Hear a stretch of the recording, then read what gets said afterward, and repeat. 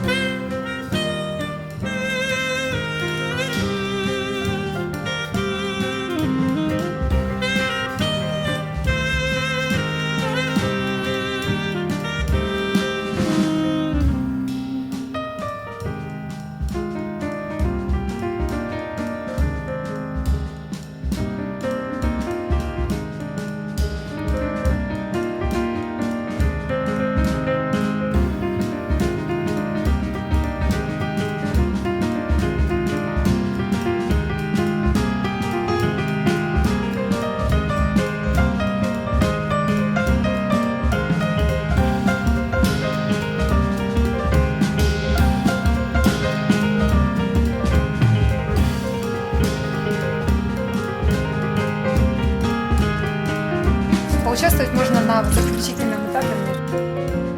Приправ добавить свой кусочек сыра или там свою головку сыра, там, слить себе можно.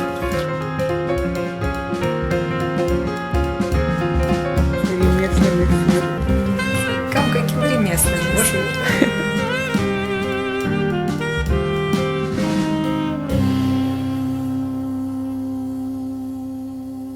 Для сыра даже хорошо приготовить.